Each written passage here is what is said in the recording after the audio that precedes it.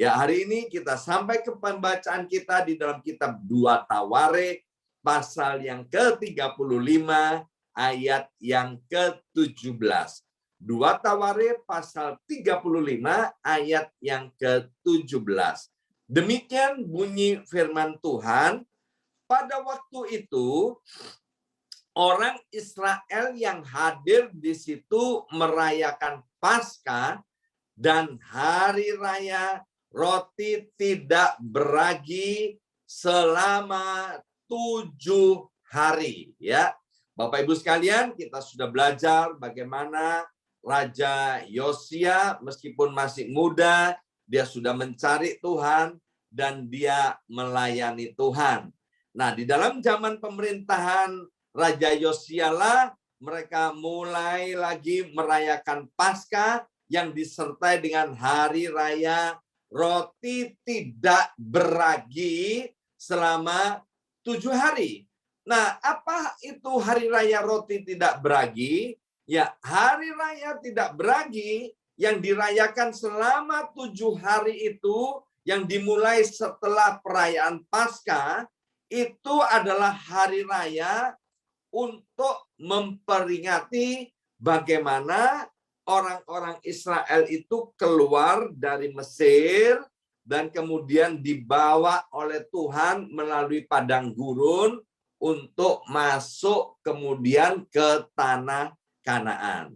Nah, hari raya roti tidak beragi ini dipakai oleh Tuhan untuk mengingatkan kepada orang-orang Israel bahwa mereka telah meninggalkan perbudakan. Bersama saya ucapkan perbudakan. 23 perbudakan. Lebih keras lagi 23 perbudakan. Ya. Jadi hari raya roti tidak beragi itu mereka merayakan bahwa mereka telah meninggalkan perbudakan dan sekarang masuk ke tanah perjanjian, tidak lagi menjadi budak, tapi menjadi orang-orang yang menang. Pertanyaannya, mengapa kok disebut dengan hari raya roti tidak beragi? Nah, Bapak Ibu ya, yang pandai membuat kue ya, itu kue kalau nggak pakai ragi itu adalah kue yang paling gampang dibuat ya. Roti, kalau kita bisa buat roti, maka membuat roti yang tidak pakai ragi itu paling gampang, saudara, untuk membuatnya. Selain gampang, saudara, itu mudah, murah, dan cepat. Ya, jadi mereka selama 7 hari, mereka merayakan dengan cara membuat roti yang tidak ada raginya. Jadi sangat tidak repot. Nah, kalau hari ini kita kan ini sebagai orang-orang Asia ya, masih ada yang makan nasi, saudara ya, makan nasi, makan beras ya, beras yang sudah dimasak. Itu kan juga gampang, saudara, kalau bikin nasi, menanak nasi itu kan gampang banget ya. Nah, Tuhan itu kepingin begini, melalui perayaan hari raya tidak beragi itu agar orang-orang Israel itu ingat, saudara ya, ingat dari mana dia berasal. Nah, aplikasinya apa dalam kehidupan sehari-hari? Tuhan itu juga mau mengingatkan kepada setiap kita ini ya. Hari ini kita boleh berkumpul di ruangan Zoom ini sesungguhnya bukan karena kekuatan dan kehebatan kita. Kita ini sebetulnya semuanya adalah budak. Maaf ya Bapak Ibu sekalian, kita ini adalah budak. Budak apa? Budak daripada hawa nafsu dan budak daripada dosa-dosa kita. Hanya oleh karena anugerah Tuhan, hanya oleh kemurahan Tuhan kita dilepaskan dari perbudakan sehingga kita sekarang disebut sebagai orang-orang yang menang ya. Kita bukan lagi budak. Dan itu semua karena kemurahan Tuhan, Bapak Ibu sekalian. Jadi dalam aplikasinya sehari-hari, kalau kita nggak makan roti tidak beragi, kita tidak membuat roti tidak beragi, Tuhan itu mau ingatkan kita bahwa setiap kita ini makan, ya makan apa aja, ya. Hari ini kalau kita masih bisa makan, sekali lagi makan apa saja, ya. Mungkin ada yang diet, nggak makan karbo, nggak makan nasi, nggak makan mie, nggak apa-apa. Asal kita makan, kita itu harus ingat bahwa kami ini dulu adalah Buddha, ya kan? Sekarang nih kalau bisa makan, saya mau mengingat lagi bahwa hari ini saya ada sebagai orang percaya, bahkan bukan sekedar orang percaya, diangkat Tuhan menjadi anak-anak Tuhan, itu karena kemurahan Tuhan. Kalau enggak, saya tetap akan menjadi budak daripada dosa. Dan ingat Bapak Ibu sekalian, bahwa yang namanya upah dosa itu adalah maut. Jadi Tuhan mau mengingatkan, mau mengajarkan kepada setiap kita, ya, karena saya percaya tidak ada seorang pun di antara kita yang kemudian tidak makan, ya. Setiap hari kita pasti makan. Kalau sampai ada yang puasa 3 hari 3 malam, ya setelah 3 hari 3 malam nggak makan, pasti nanti hari yang keempat makan. Jadi setiap makan, marilah kita mengingat, saudara. Maka itu kalau doa makan, ya jangan terlalu cepet-cepet. Ya, saking laparnya, cepet-cepet terima kasih Tuhan untuk berkat-Mu. Amin. Dalam nama Yesus, cepat makan. Ya.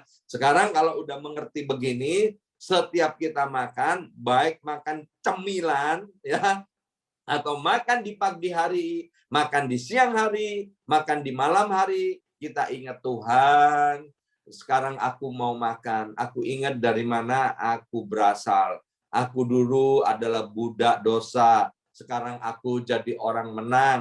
Sekarang aku jadi orang yang tidak lagi disebut budak, tapi sebagai anak Allah. Terima kasih Tuhan untuk kemurahan-Mu. Dan percayalah Bapak Ibu sekalian, kalau kita makan soto atau rawon, kalau kita masih mengingat kebaikan Tuhan, berdoa begini, sotonya nggak akan ngendal, saudara, ya kan? Sotonya akan ngendal kalau kita kemudian doanya muter-muter. Doa dari Sabang sampai Merauke, doa untuk New York dan setiap state sampai 50 state dalam doa makan yang ngendal, saudara. Itu nanti ada waktunya untuk doa syafaat di bagian-bagian yang lain. Jadi yang pertama, Bapak Ibu sekalian, Tuhan mau mengingatkan kita bahwa mari kita melalui ayat firman Tuhan perayaan roti tidak beragi, Tuhan mau mengingatkan kepada kita dan mengajarkan kepada kita bahwa setiap saat kita harus ingat dari mana kita berasal, ya. Kita dari budak, ditolong oleh Tuhan, dianugerai oleh Tuhan, kita dibebaskan dari perbudakan. Hal yang kedua, 2 Tawarik pasal 35 ayat yang ke-20 sampai dengan ayat 22. 2 Tawarik pasal 35 ayat 20 sampai dengan ayat yang ke-22.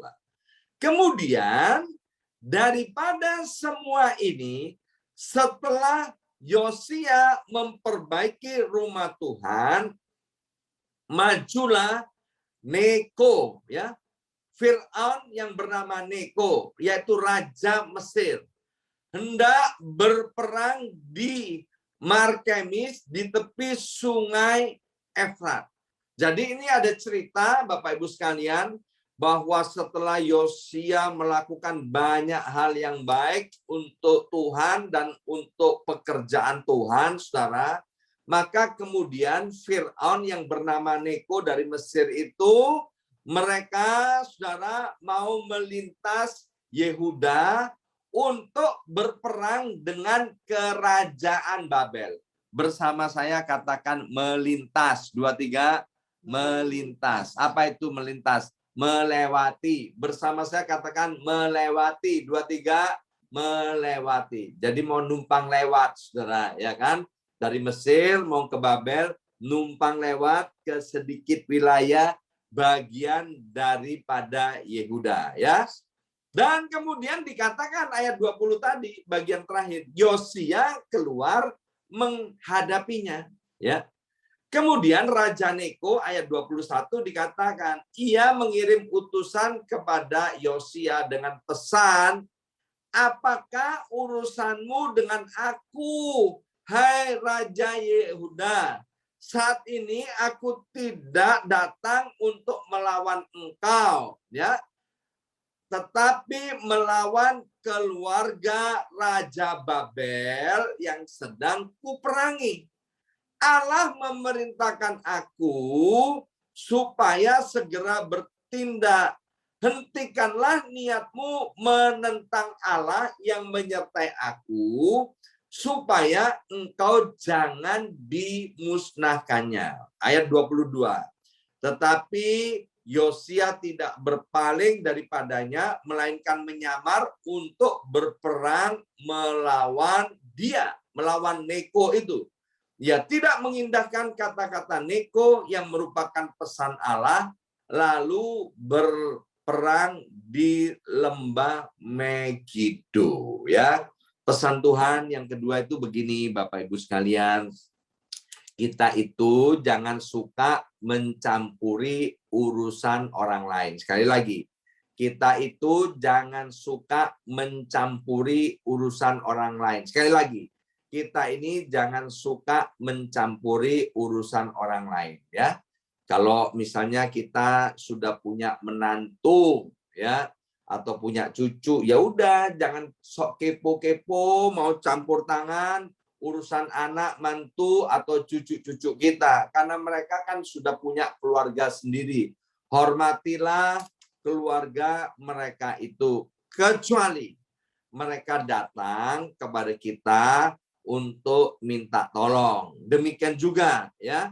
Kalau ada keluarga kita, ada kenalan kita, ada masalah, mereka sedang menghadapi suatu permasalahan, dan mereka tidak datang kepada kita, maka itu kita jangan sok mau campur tangan urusan orang lain. Karena apa? Karena belum tentu mereka menginginkan kita ini campur tangan dalam urusan mereka. Kecuali Tuhan itu berbicara dengan jelas dan kuat kepada kita untuk kita mencampuri urusan mereka. Tapi kalau mereka sedang tidak membutuhkan perhatian atau pertolongan daripada kita, itu Alkitab bilang begini, kalau kita turut campur urusan atau pertengkaran orang lain, itu seperti menarik telinga anjing yang sedang lewat. Jadi menarik telinga anjing yang sedang lewat itu apa? Kalau nanti nih setelah ibadah Zoom, kemudian di depan kita ada anjingnya orang sedang lewat, coba tarik telinganya. Apa yang terjadi? Kita akan digigit, saudara, ya. Kita akan digigit oleh anjing itu. Nah, ini gitu. Waktu itu Yosia mau turut campur tangan urusan Raja Neko, Raja Mesir, dengan urusan Raja Babel.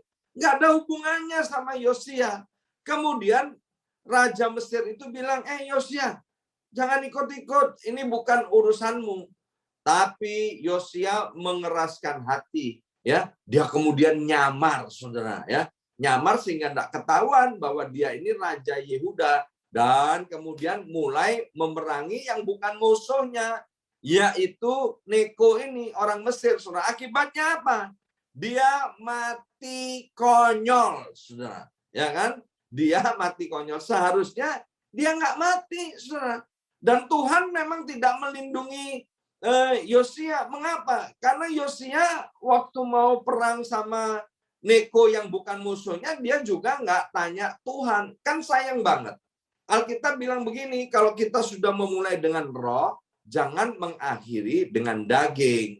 Jadi kalau hidup kita dari hari ke hari sudah dipimpin oleh Tuhan, maka jangan sampai ada waktu-waktu di dalam hidup kita yang tidak dipimpin oleh Tuhan. Apalagi kemudian dalam urusan-urusan yang penting dan urusan-urusan besar. Tetap andalkan Tuhan, ingatlah akan Tuhan, mintalah petunjuk daripada Tuhan setiap waktu, ya. Dan jangan suka campur tangan dalam urusan pertengkaran orang-orang lain. Karena biar itu nanti ada yang mengurusnya. Kalau itu bukan bagian kita, jangan sok campur tangan seperti itu. Nanti kita ngalami hal-hal yang tidak baik karena kesalahan dan kebodohan kita. Ya, hari ini kita sudah belajar Dua hal. Yang pertama, mari Tuhan mau ingatkan kepada kita, setiap kita makan apa saja. Di pagi hari, di siang hari, atau di malam hari, mari kita mulai mengingat Tuhan. Kalau hari ini aku sudah tidak lagi menjadi budak dosa, aku mengucap syukur karena anugerah Tuhan. Dengan demikian, kita bisa terus menjaga sikap kita untuk terus berkenan di hadapan Tuhan. Ya, mulai hari ini coba kita praktekkan hal itu. Yang kedua, jangan turut campur urusan atau pertengkaran orang lain. Ya, karena nanti kita akan mengalami hal-hal yang tidak baik. Mari kita berdoa. Materkan setiap benih kebenaran firman Tuhan. Ya Aba, ya Bapa, tolonglah setiap kami untuk kami terus berjalan di dalam terang firman-Mu, sebab firman-Mu itu adalah pelita buat kaki kami dan terang buat jalan hidup kami. Dalam nama Tuhan Yesus, yang percaya diberkati, bersama-sama katakan, amin, amin, amin.